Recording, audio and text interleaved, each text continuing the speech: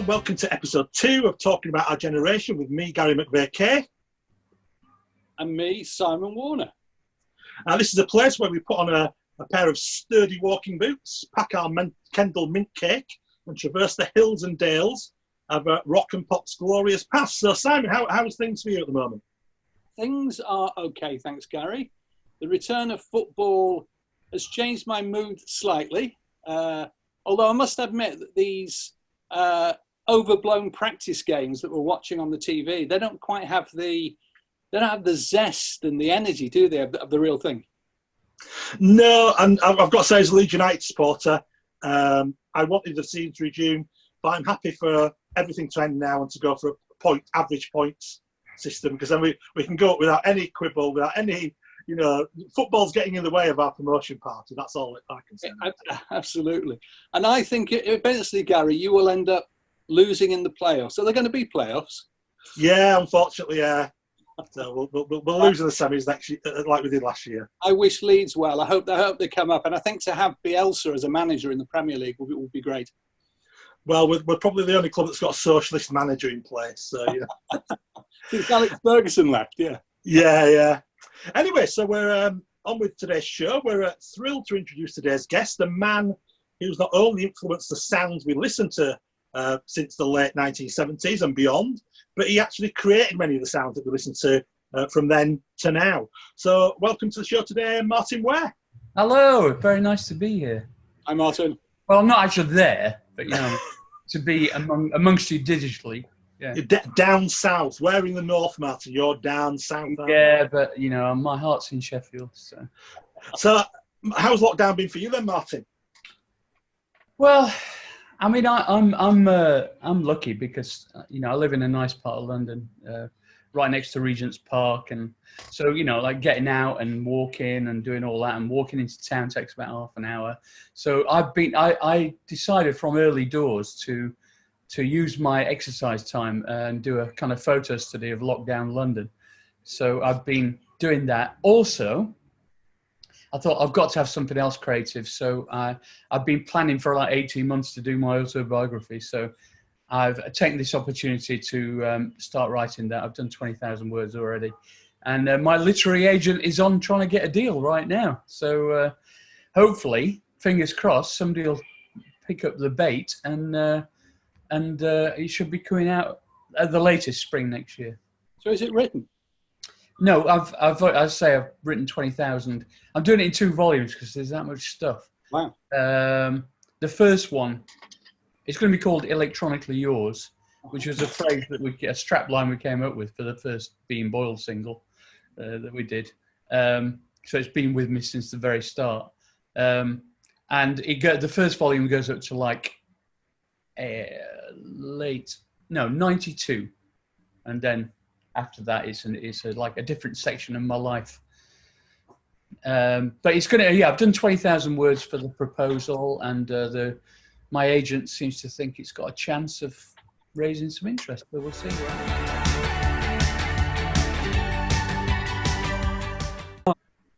Well, scenes. Now, there's a term that's bandied about quite often in relation to particular cities of the world where musical moments happen. And if we're thinking of some examples of famous scenes, certainly of the 20th century, we might think about bebop arising in New York in the early 1940s, all the way through to Detroit and the soul and rock scene in that city, acid rock in San Francisco, scenes in Manchester in the late 70s and early 1980s as new wave and post-punk exploded.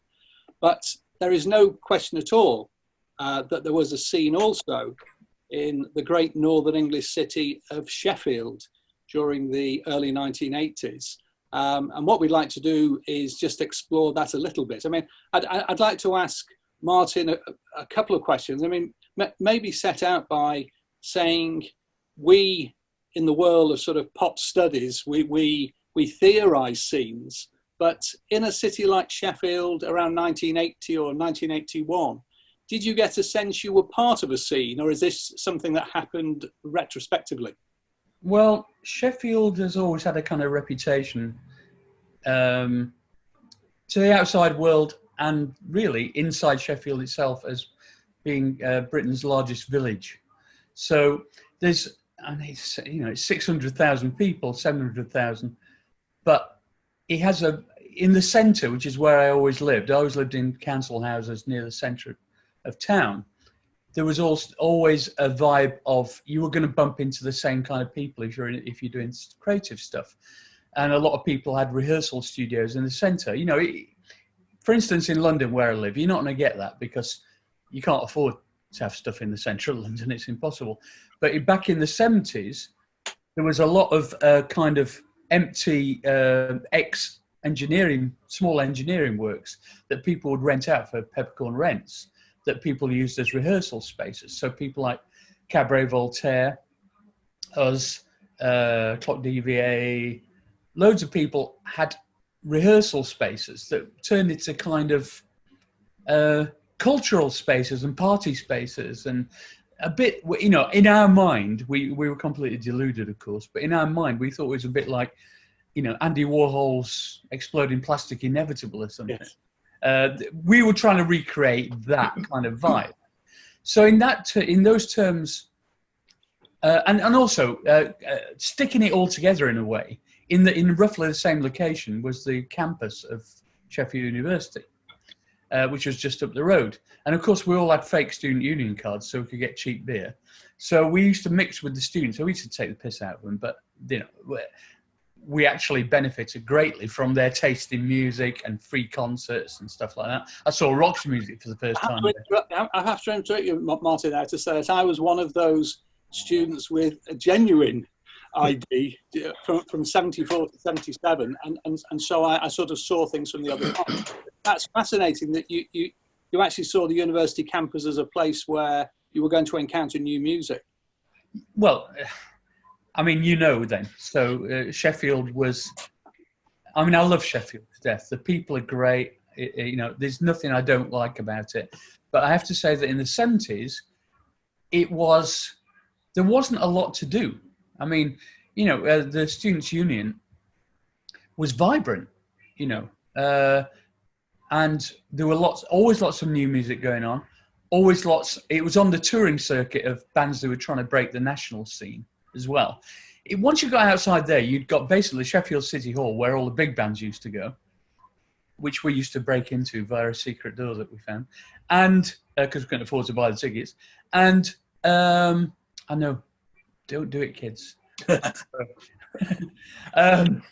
But on the other side, there weren't many small venues for bands to play. There was a lot more things like, I mean, basically it's like working men's clubs, a few pub venues like the Broadfield in Sheffield, where, but it was really, that was a kind of cliquey scene, and it was like very old-fashioned kind of rock stuff. Whereas the interesting stuff was coming through, and the random stuff was coming through via the Students' Union. Do you remember, Martyn, the Black Swan? I do, and in fact, I saw the Clash before they were the Clash here. When they were the 101ers. I was at the same gig. I was at that very same gig. And do you remember when the lead singer picked up a pint glass with his mouth and it broke, and he was like his blood coming out of his mouth and stuff? Wow. I must have had 1 or 2 pints too many by that stage. Well, he was, because obviously he was playing guitar and everything. He was off his nut, obviously. Yeah. Picked it up, it broke, and it kind of cuts his mouth. That's what I remember from that gig. I also remember that the Sex Pistols were meant to be supporting, but they never turned up. Yeah. And there's one other gig that we should mention from the later 70s. I remember being in the bar at the university, late 76, when the Anarchy in the UK tour had arrived to play that night. And who should I run into in the bar but Joe Strummer? I have to confess, at that moment, I thought he was Johnny Rotten. I was completely, I was ridiculously underinformed, but I did speak to him, and of course that gig didn't happen, did it? I don't know. I don't know anything about it. They were set to play, and then Sheffield City Council, it was one of the banned gigs during that tour. Oh, was it? Yeah. Oh, what a pity. So they never played Sheffield University. Just Coming back to that Sheffield scene then, Martyn, when all those bands were emerging, like Human League and Cabaret Voltaire, I guess you were like bumping into each other in rehearsal space and things like that.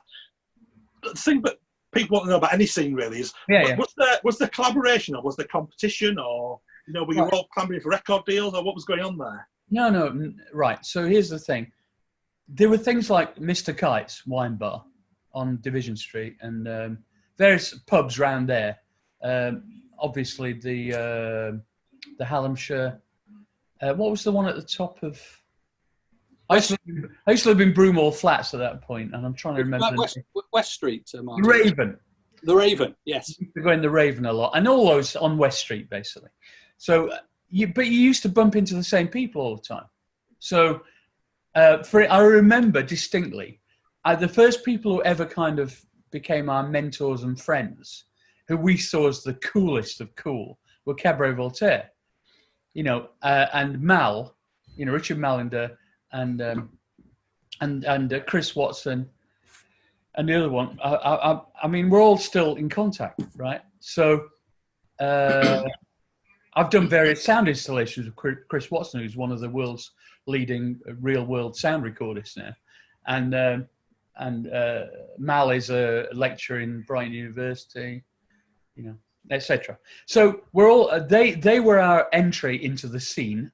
They were really the dons of the scene, and to have their help and even just to be hanging out with them in parties and house parties and stuff, it was like we were the anointed ones, because they saw what they saw in us. When I say us, I mean me and really me and Ian Marsh at that point was kind of kindred spirits, as in being mavericks and outsiders.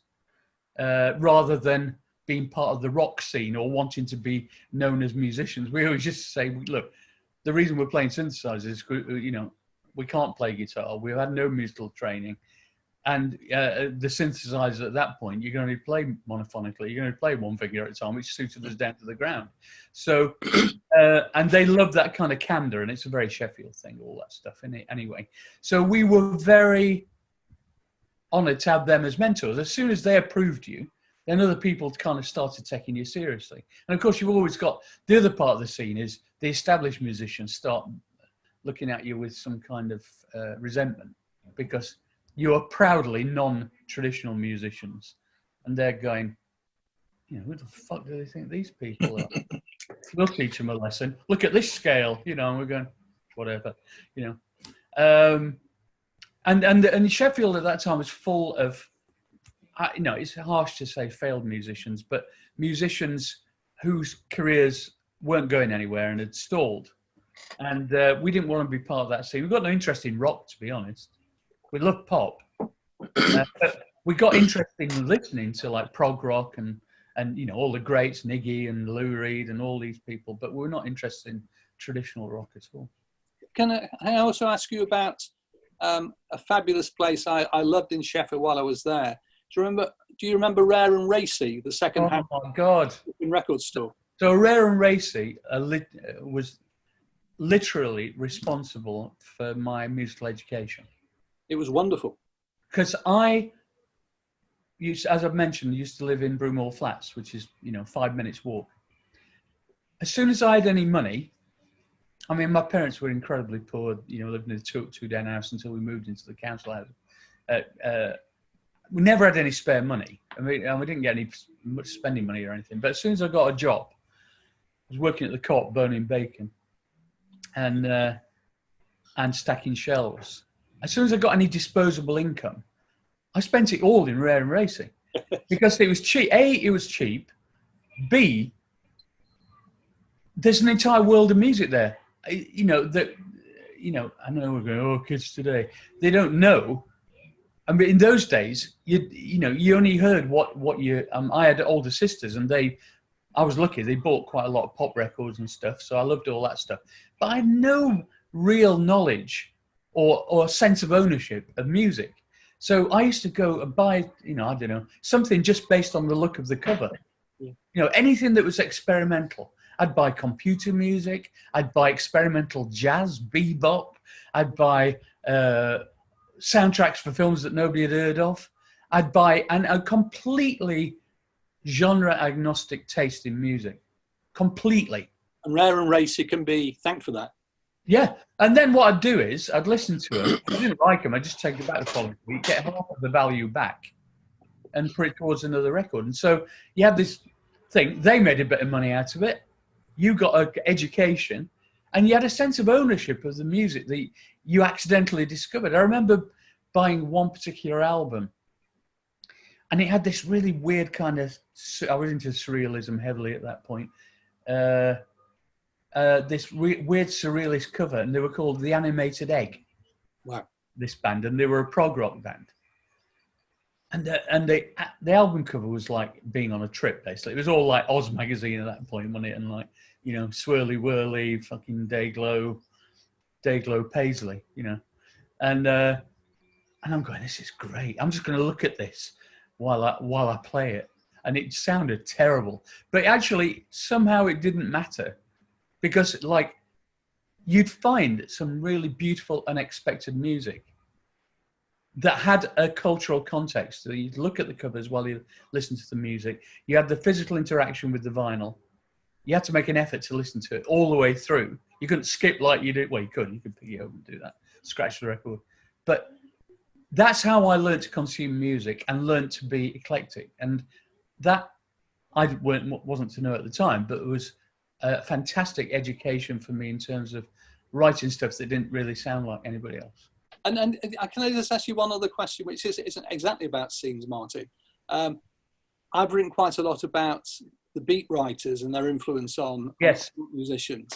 And of course, Cabaret Voltaire at least have been linked to Burroughs because of their use of cut up, tape sound, and so on. Well, we did that as well. Yes. But you sort of influenced a little bit by Burroughs' cut up method. Oh, totally stole it. Hook, line, and sinker. Yeah. We even designed based on that idea, which we still use to this day, by the way. But based on that idea at the time, before the Human League, when we were doing the Future, which is like a proto League, we designed a system called Carlos, which is an acronym which stood for Cyclic and Random Lyric Organization System, which we did on an early computer, because I used to work on computers by this time. Which was basically, we'd input, you know, preposition, adjective, noun, verb, whatever, you know, a sequence of, and long lists of different things. And it's a very simple program. It just randomly generated stuff. And of course, 2/3 of it was gibberish, but sometimes it come up with some amazingly brilliant lyrics. And we actually used it for the Future. Wow. For the only Future records that we ever did with Addie Newton when he was the lead singer who went on to form Clock DBA. So that was a version of the Burroughs technique. But on a broader level, we were heavily influenced by books and science fiction writers, J.G. Ballard, Michael Moorcock, in particular. You know, Jerry Cornelius and Elric Melnibone and all that stuff was a big and kind of science fiction, but not pure science fiction. Hey, look, we're meeting aliens, not Amazing Worlds type science fiction. More the kind of sociologically flavored science fiction. Yeah. And of course, it was at Rare and Racy where you could get those titles too, wasn't it? Exactly. So, as I say, Rare and Racy was almost like the motherlode of that was my version of going to university. So, as we've seen, our guest today is the magnificent Martyn Ware. His writing and performing credits range from the early Human League onto Heaven 17 and the British Electric Foundation. He's produced global worldwide hits for Tina Turner, Terence Trent D'Arby and many others. He's a pioneer in creating uses of sound technology and a visiting professor at Queen Mary's University of London, a member of BAFTA and a fellow of the Royal Society of Arts. So a very busy person. And Martyn, what I'd like to ask you first is, when you first began writing music back in Sheffield with Human League and then later Heaven 17, because of your interest in sound, did did the technology that existed at that time influence the songs that you were writing, or was it the kind of songs you wanted to write that made you find sounds to put it across? A bit of both, really. We always started from kind of creating some kind of groove, I suppose. I can only remember about 3 songs that we started from kind of a lyrical idea or a top line idea. It was always about the way that the futuristic sounds kind of engendered like a kind of soundtrack to an imaginary film in our heads, really. And from that point, we'd go, well, that reminds me of, I don't know, Blade Runner or something. Okay, then why don't we imagine that we're one of the characters in Blade Runner, and what would they write? Or, you know, it's always been for us, certainly in the early days, about approaching songwriting from an unusual series of angles, you know, rather than trying to copy what was currently popular. We've always been running up the down escalator, basically. You know, we never make it easy for ourselves. But with that, I do believe that the kind of lateral way that we approach songwriting, have approached it over the years, has led to the kind of leads to a depth and authenticity, which means that people still appreciate the songs in a kind of timeless way now. I know it sounds a bit arrogant. I don't mean to be. We actually had a stated ambition when we were writing earlier that we wanted people, we used to say to each other, we want people to be listening to this and enjoying it in 10 years' time, because that's as far ahead in the future as we could imagine. You know, we thought we'd all be dead by then. And did you find... Imagine being 30, you know, God. And did you find it liberating as musicians, where you weren't, as you said earlier on, you weren't people who picked up guitars and then discovered synthesizers. You came it, you know, from an electrical point of view. Was that liberating for musicians at that time? I like that electrical point of view. sounds like I'm going to rewire a house. It's brilliant.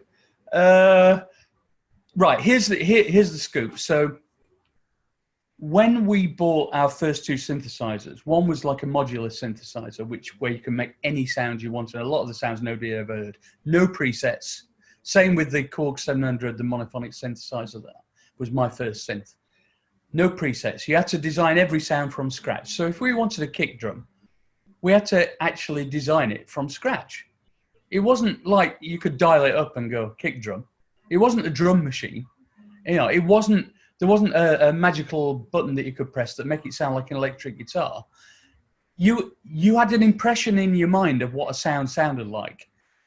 You'd aim for it by sculpting it using oscillators and filters and envelope shapers and ring modulation, and you'd get nowhere near it. But the sound that emerged fulfilled a similar function. So therefore, you have built into the process and a de facto original palette of sounds.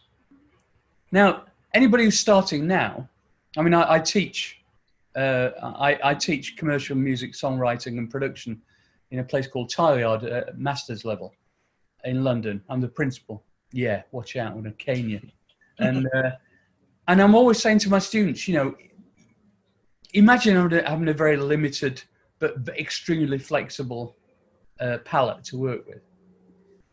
You know, if I gave them an exercise saying, you're not allowed to use any presets on any synths, drum machines or anything, on virtual or real synths or drum machines, they would absolutely panic, because they don't need to learn that.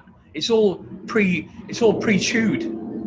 So yeah, so I always encourage people to look using like original electronic subtractive synthesis, where basically you've got a block of sound, like say a sine wave or something, and then you sculpt it using various means into a sound, is the most creative way that you can configure your brain to think about how to make pop records or how to make productions in the future. Because I didn't know I was doing it at the time, it's just what I was doing. But it meant that every production, even when I was using orchestras with a live band, or any sound you could imagine in world music, Argel Mizmars and whatever indigenous percussion instruments. I'll go, well, that sounds a bit like when I put the put the pink noise through that ring modulator, and I just can't help it. It's just the way my brain is wired, if you excuse the pun. So my production career derived from my unique take on assembling sounds. Yeah, I could have said that in the first place and avoided all that. And it's also worth saying that we've hinted at this, that the guitar was of less interest to Human League, Cabaret Voltaire, yourselves, in that early 80s period, and bands like Pet Shop Boys and Depeche Mode and so on were escaping the straitjacket of the guitar. You still feel as if you deliberately rejecting the guitar, or was it just you wanted to say no to guitars? No, we actually had it on our second album. Queen used to say no synthesizers, right? On their albums, we had no guitars. What did you not like about the guitar? You hurt your fingers, and they're hard to play. Well, yes. You can make a fantastic racket on them if you learn a few chords and you can do the punk thing. Yeah. I just thought but I'm being serious, sort of semi-serious. It just felt very old-fashioned to me. When I first started listening to music, pop music, and buying my own records in my early to mid-teens, I bought a guitar. I bought a Gibson SG copy and tried to play it, and it really hurt. It was horrible, sharp steel thing. Now I'm going, and you got to do that with your fingers, and I've only got little hands. The first 8 years are the hardest, Martyn. I'm not. I'm just, I'm not knocking people who want to do it. I'm not that stupid, and I love. I'm big fans of. Oh my God! I'm luckily enough I can count amongst my friends Robert Fripp, who I think is my favourite ever guitarist. But there's loads of guitarists, and when it's used creatively, it's the most wonderful instrument. It transcends everything for me. I just don't particularly want to play it. I think it's too complex and also the other thing I didn't like about guitars was because of the nature of the physicality of a guitar, one tends to fall into the same shapes or the same chord sequences. You can't avoid it. It's something that's built in. It's a bit like muscle memory, isn't it? Or what they call neuroplasticity, but it's not so very plastic. So unless you are a genius like Bob Fripp or something, it tends to lead you down a certain style of songwriting, which is fine, but it's not what I wanted to do. And in fact, I realized this. I'm kind of post-rationalizing all this, but that's what we're doing anyway. I realized this when I first wandered into a music shop after we'd done the Luxury Gap, the second M17 album, and there was a book of sheet music of I've never read or written any sheet music in my life. There was a book of sheet music of Luxury Gap, and I'm looking at this, and I can read a little bit now, and I can understand what it means. I'm just very slow, and it's like we wrote "Who'll Stop the Rain" in like 9 flats. I'm going, I'm a fucking genius. That would have never happened had we written on guitar. None of that stuff. Because I write what sounds good to me. And I've got 10 fingers, 4 fingers on a hand and a thumb each, and I just create chord sequences and shapes that appeal to me, and then I forget them, and then I move on to write another song. And you do occasionally fall into like the major triad thing and all that, but basically, it's almost like being a jazz musician. And I've only just acknowledged this in my life because we used to take the piss out of jazz all the time because I just equated it with acapella or, really old-fashioned stuff. But as I've grown more mature, I understand now that I've always loved people like Weather Report, the more experimental jazz outfits, bebop. But it's also worth saying, I was a great fan of the whole post-punk thing, but I also liked, if we can still call it, black music. I love the music coming out of... A massive influence for me. Yeah, I mean, the whole disco thing, which was regarded as something you ought to avoid, I never did. And then as we moved into the early 80s and bands like Heaven 17, you were bringing in these kind of funky dance things. We only ever went to funk clubs. Yeah. Well, interested. When I first started going clubbing in Sheffield, I went to the Penthouse down by Castle Marsh. Penthouse, yes. Yeah. 10p drinks night. Absolutely. Watered down beer. That's why everybody ordered barley wine, because they couldn't water the barley wine down. 10p drinks night. Watered down wine as well. Horrible, horrible. And, you know, that was all, at that point, it was glam and kind of Alex Harvey band and Bowie, of course, and were massive influences on us.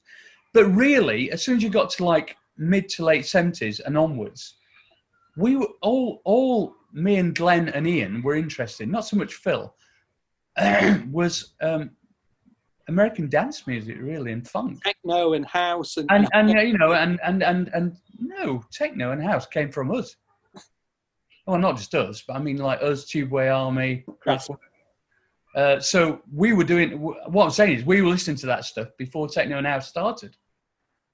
And so, I mean, yeah, we were finding, you know, house parties where they were only playing this sort of stuff. We also used to go to a lot of kind of blues clubs in Broome Hall, you know, where you used to buy a spliff on the door for £5, and you know that was your entry fee, and you used to sit there in a bass bin for 3 hours. If we could turn to you work as a music producer then, because you were sort of so precise in the production of your own sound and how you went about things to the bands that you were part of. How did you adapt that working with other artists? Because obviously, most notably, you worked on massive global hits for people like Tina Turner and Terence Trent D'Arby. And so did they come to you with a sound that they wanted, or no? What did it you was, have a lot of input in that? What it was, right. So people like the early Human League stuff. In the business, it didn't translate massively into sales, which is why Virgin engineered a split, you know. And I know now, they've admitted. They liked the kind of modernity of it, and what they wanted ultimately was a smattering of modernity rather than the full-blown kind of Human League M17 experience. In fact, Tina Turner originally, I mean, I did a version of Ball Confusion for her for the first B.E.F album. Wow. Which I'm still very proud of, by the way. And it got released as a single, and it got to like, you know, 50 something. You know, she didn't have a record contract at the time. Can you imagine this? But anyway, but they came back to me to do to write some stuff for Private Dancer. Now, nobody knew that Private Dancer was going to be selling 20 million copies. I said to them, because we were so kind of, I think, part insecure and part arrogant about our own ability to write for other people, because we only wrote for ourselves. We said, no, we don't really write for anyone else. I kick myself to this day about this, but it's probably cost me a few £1 million. But we don't write for anyone else. But I'd love to do a couple of cover versions for your first album, which is Panther. So I suggested to her that we did Let's Stay Together by Al Green. And she jumped at it because she loves Al Green and she grew up with that. And and I said, what I think we should do also, because the album's going to be coming out in 1984, why don't we do a cover version of Bowie? Because I knew she liked Bowie. Why don't you do a cover version of Bowie's 1984? And it's like a self-fulfilling prophecy. It's like a comment on 1984 from 1984 as a woman. And I thought, this is so cool. We're going to do that. Anyway, as you know, Let's Stay Together was a big breakthrough hit, and it became the biggest selling 12-inch record in American history when it came out. You can't go wrong with Tina's voice if you produce it properly. Yeah, That performance was all one take, no drop-ins, completely intact. She'd completely figured out how she wanted to deliver that story within that framework. So that's why that was a massive hit. And then, of course, as you do these things, you realize it's not just about being modern. It's about having the musical sensibility that I didn't realize. I mean, I suspected I'd got as a natural talent, but I didn't really it's not for the likes of Sheffield lads to think like that, you know. There's always a bit of insecurity there, or not for the likes of us, isn't there? And I started thinking, hold on, I'm learning a lot of stuff here from the masters. And the people I was working with, the producer, co-producer I worked with, used to work with. He was a trainee on the Beatles sessions, for instance, and he worked with Heatwave and Rod Temperton and Michael Jackson. And I'm going, I can't, this is the finest education any person can get, you know. Do you find, Martyn, that as we move, 40 years past the 80s, how have you found that? I mean, there are these kind of decade revivals, aren't there, where 40 to 50-year-olds get back into the music they were listening to as 20-year-olds. And they're also a demographic with cash to spend and so on, and they want to hear that music again. Do you feel, how do you feel about your 80s music being revisited 40 years on? I as I said originally, we had a defined intention to make it as long lasting as possible. As you know, terribly kind of arrogant sounded, but timeless. You know, we were trying to create timeless music. Some of it succeeded, some of it perhaps has dated a bit, but not as much as a lot of 80s stuff. No. The other thing I think about is, we're 40 years away from 1980. 40 years before that is pre-war. Yes. It's incredible if you think about it. So, I'm not so sure that the kind of that music has moved on as much in the last 20 years as it did in that previous 20 years from 80s to 2000. I think, we're kind of wringing out the last dregs to a certain extent. The only area for me that has really advanced, I suppose, is that's still trying to advance is things like hip hop and rap. I think, it got kind of commandeered by the marketeers who was trying to sell it to 17-year-old white kids in Texas. But but the real innovators in that field are the most innovative people in popular music. Absolutely. I mean, people like Kendrick Lamar and Robert Glasper. Yeah, absolutely. I mean, and people like Frank Ocean and, just people who really push the boat out. There's still a massive appetite for innovation from the general public. They're just not getting enough of it. And there's also that sort of sense that you'll have journalists saying, whatever happened to protest music, and we'll go back to that. Yeah. Right, sure. Yeah. Whatever happened to protest music? It's all happening in the black neighborhoods. That's precisely it. The African American artists are doing the protest music every day of the week. Exactly, but it's not so pre-digested as stuff. Maybe like not Isaac Hayes. Well, maybe a bit like Curtis Mayfield, for instance. I've just done a sound installation which is going to be put on in London, in Notting Hill, in outdoors in August, based on the brilliant Curtis Mayfield track "To Be Invisible." I don't know if you know that. It's absolutely lyrically one of my favourite songs of all time, and it's all about the black experience of it. Basically, it's easier to keep your head down and just get on with it than cause any trouble. Yes. And I think that's why we end up where we've ended up now. So I've created this soundscape based around it, and I've got a young black artist to recite the poem as a poem, as a piece of prose, actually. And it's incredibly powerful, and it's gentle. It's not meant to be provocative at all. It's just trying to give people an insight into the black experience.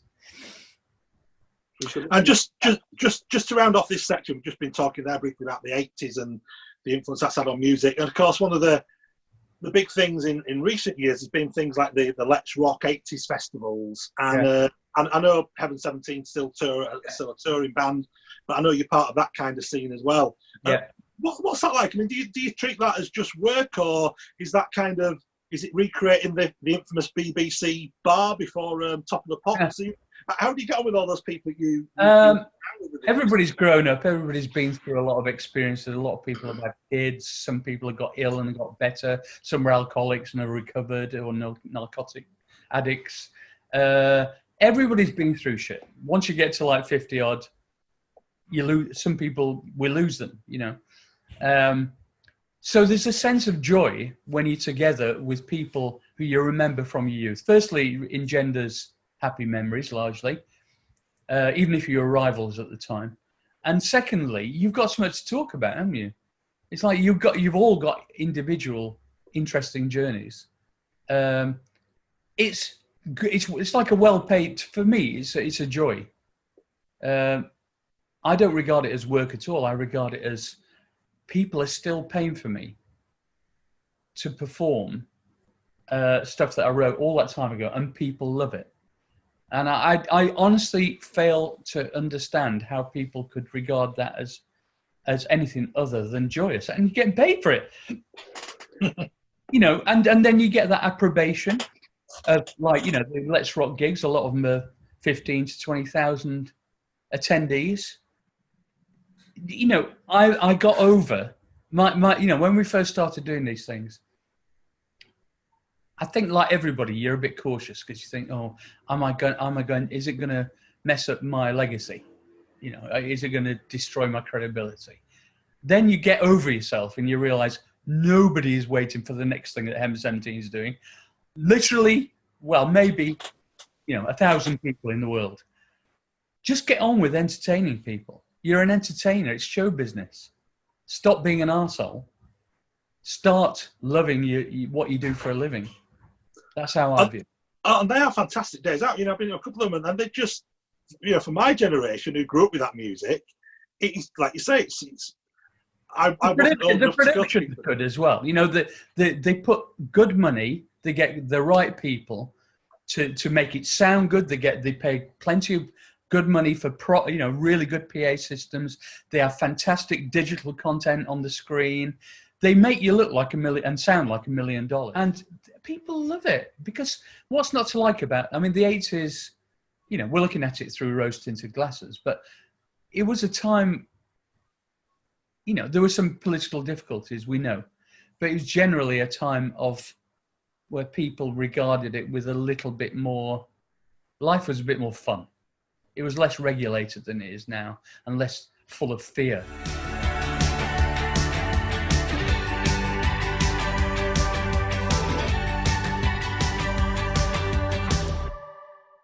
So in the last section of the show, we ask our guests to come along with a piece of music that means something to them, that they want to discuss for a few minutes, and we chime in with our thoughts. And Martyn, do you want to kick us off and tell us what you want to talk about?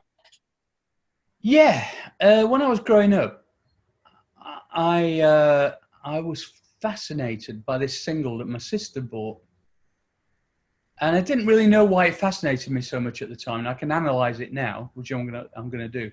But it was McArthur Park by Richard Harris. The parted pages and were pressed in love's hot, fevered eye, like a striped pair of pants.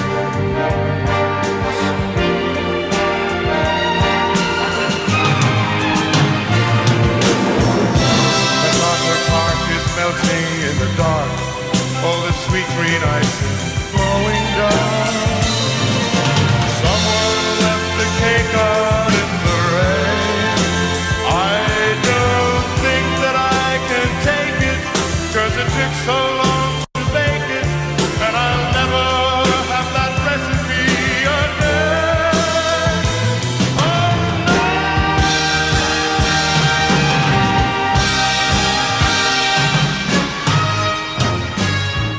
And it was number one, actually, I think, when it came out. And again, I'm post-rationalising it, but what I intuitively felt at the time is pretty much a genuine representation of what I'm going to say now. I've always been obsessed with story records and narrative in songs. And I was very much impressed with the idea that like Phil Spector, I think the famous quote about you've got to tell the story in this 3-minute time frame or 3.5-minute time frame, and each story has to be a self-contained entity. And I always loved those songs like Indiana Wants Me, or things that tell, or Wichita Lineman, which happens to be Jimmy Webb as well. And I realise now I just love Jimmy Webb's songwriting. I love Up Up and Away. I love pretty much everything Fifth Dimension have ever done. I think they're incredible. That just came out. That was like a hybrid of the soul and hippie movement thing. I'm fascinated by that period of psychedelic soul at the end of the 60s towards mid 70s. I just think it's, apart from anything else, it's one of the periods where records sounded best ever made. I mean, at the start of kind of Earth, Wind and Fire's journey as well. Those records just sound like they've never sounded better. Everything was kind of valve driven. There was no digital desks and all that bollocks. It was just beautifully recorded stuff going through the best possible equipment. Anyway, so I love that period. And I always loved the slightly psychedelic post-hippie period. And Jimmy Webb, I think, is the greatest songwriter on earth. I just think I've seen him perform live loads of times. I love I love a lot of it, his stuff that's lesser known.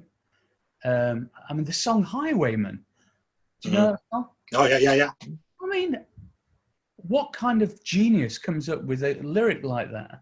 That is incredible. An incredible concept. Time travel concept. I mean, in another lifetime, he could have been a film director. Because to me, every time I listen to one of his songs, I am playing a film in my head of my own design. So, McArthur Park.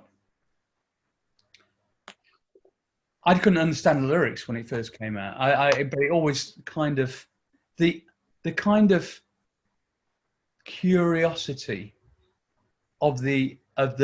I know it's all metaphor now and everything, and obviously I know what it's about now.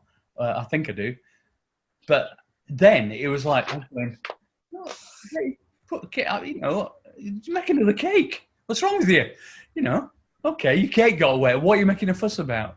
And all this dramatic, I just didn't understand it. But the words and the lyrics were so powerful, and the idea of this episodic thing in a song, where you got different sections, that my love for that grew out of my other favourite track is Good Vibrations, which I now know because I've read all about it and I've listened to the documentaries, was all designed in sections which was then edited together.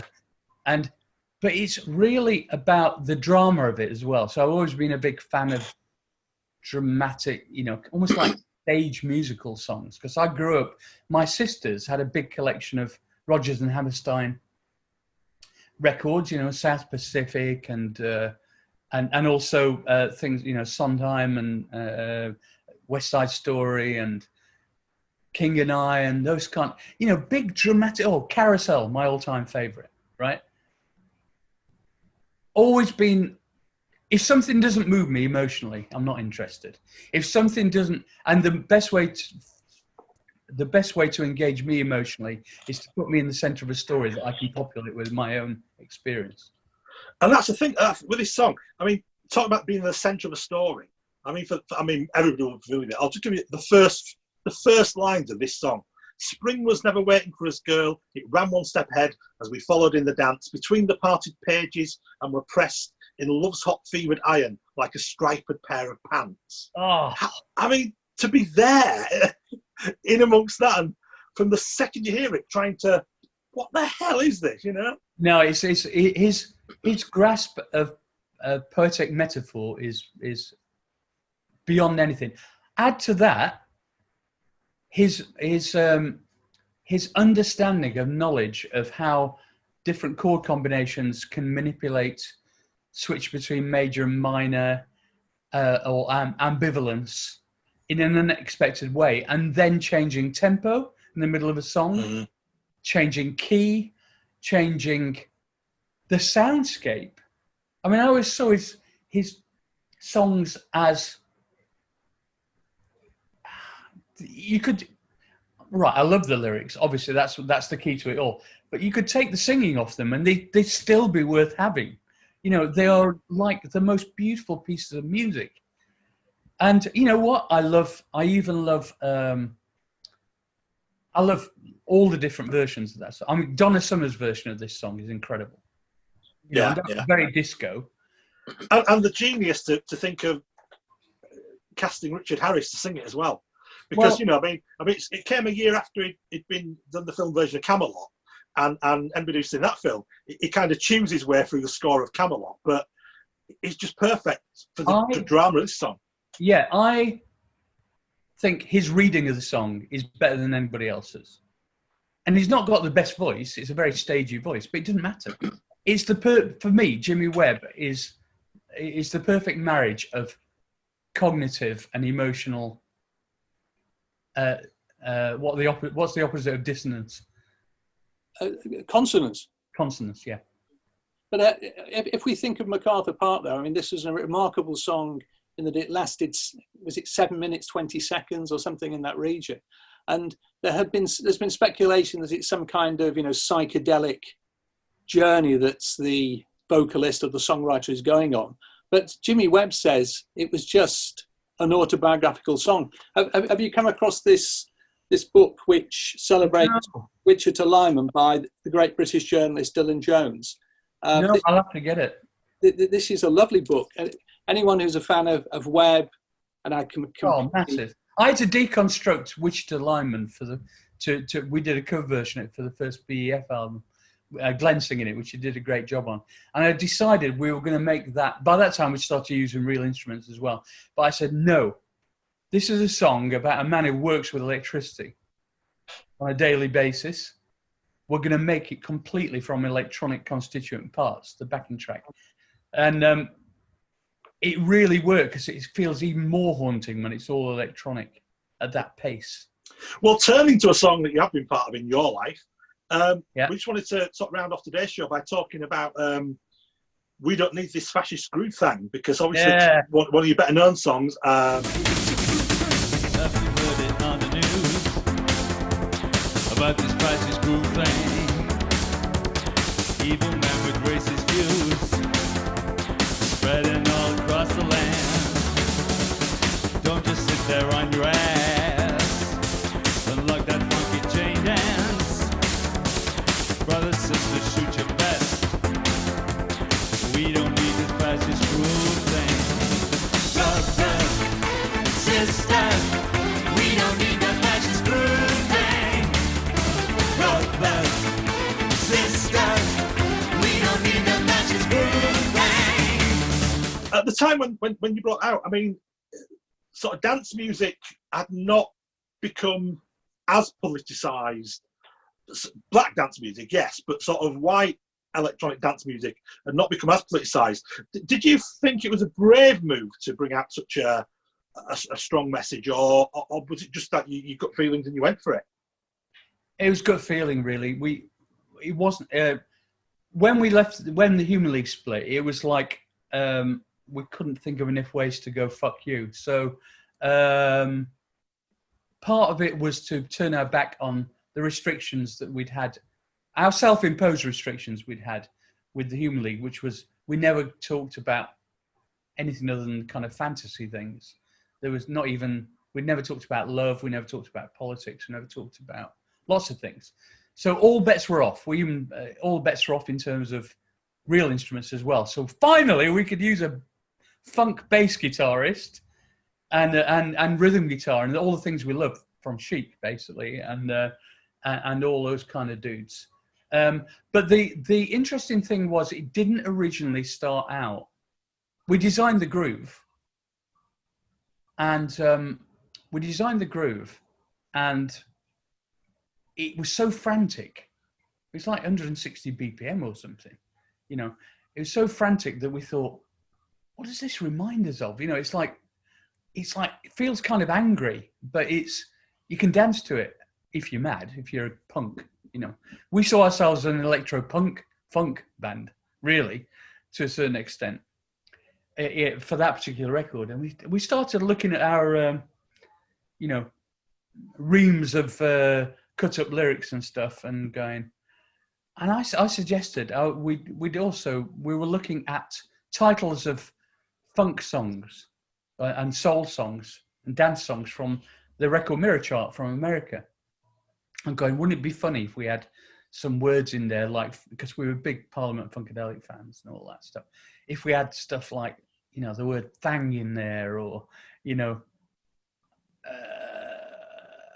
and we were big fans of protest music. You know, we were big fans of, you know, we just listened to Chocolate City, you know, and this idea of being in somebody else's experience and having the bravery to say something about it, which meant something to people, and not worrying about whether it would sell or not, but you had to say it, which is why I am my a lot of hip hop lyrics now. Yeah. And we discussed that earlier. We thought we can finally say something. So it wasn't an earnest attempt to make a political record. In fact, the title was the last thing we came up with. We thought we were looking at doing cut-ups of all these different titles from the American charts and going like, "Hot US, I Feel Your Power." What the fuck does that mean? It doesn't mean anything. It was we thought it was hilarious. It just sounds like something from a blaxploitation thing. So, and these were all from different titles. And then I think it was Ian Marsh said, wouldn't it be great if we actually made it about the current state of, you know, we're all paranoid about getting blown up, nuclear war, right? Why don't we make it about that? And then we started down that path, and we thought it was absolutely fucking hilarious. We said, we can't present this to a record company. They'll not keep a straight face long enough. Honestly, we thought, we knew there was a serious point to it. And then we got to the verse where it mentions Reagan and Thatcher, Reagan, as fascist God in motion. And we said, this is it. We actually have hit upon something that we really like. How have we managed to shoehorn the word fascist into a nutcase electronic dance song? And that's when we came up with the song title and the chorus and all that stuff. And of course, that lyric was the reason why it got banned on Radio 1 by Mike, fucking Reed. Yeah. Arbiter of taste, wasn't it, at that time, Mike Reed? I keep bumping into him at Rewind, because you know he's the spokesman for the Brexit Party. Oh yeah. He was the cultural attaché or whatever. I said, why did you ban that record all the time? Oh, it's all right, Marty, don't worry, only a bit of fun. It might have been a bit of fun to you, and it'll kill my career. You know, our record company at that time we're geared up and expecting it to go top 10. Seriously. Yeah. Had it not got banned from Radio 1, we'd have been on top of the pops, and the rest, it would have changed our path. Fascist Groove Thang was a marvellous record, Martin. I absolutely loved it. I had the 12-inch for God knows how many years. But I was trying to work out what specifically were you responding to, because this was post Rock Against Racism and that sort of end of the 70s punk thing. And I know that Thatcher and Reagan appear in the song, but was there a particular event that made you think these thoughts? No, it's just in the zeitgeist for us. We were, it was like roundabout, if I'm correct, I may be wrong, but I think it was round about the time that he was talking about the Star Wars initiative, and you know, it just seemed like, you know, as we mentioned on the third Human League album, the first track's called 5 Minutes to Midnight. It was the nuclear clock was getting closer and closer. This wasn't some theoretical thing. We thought it might actually happen.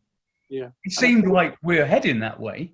So that's what generated our desire to protest. Well, Martin, it's been absolutely brilliant talking to you this afternoon. It's been really fascinating sort of hearing tales from Sheffield of days gone by, and you're talking about the kind of sound installation work that you're doing now, and obviously that's an ever-developing area, I guess, as technology and ideas develop.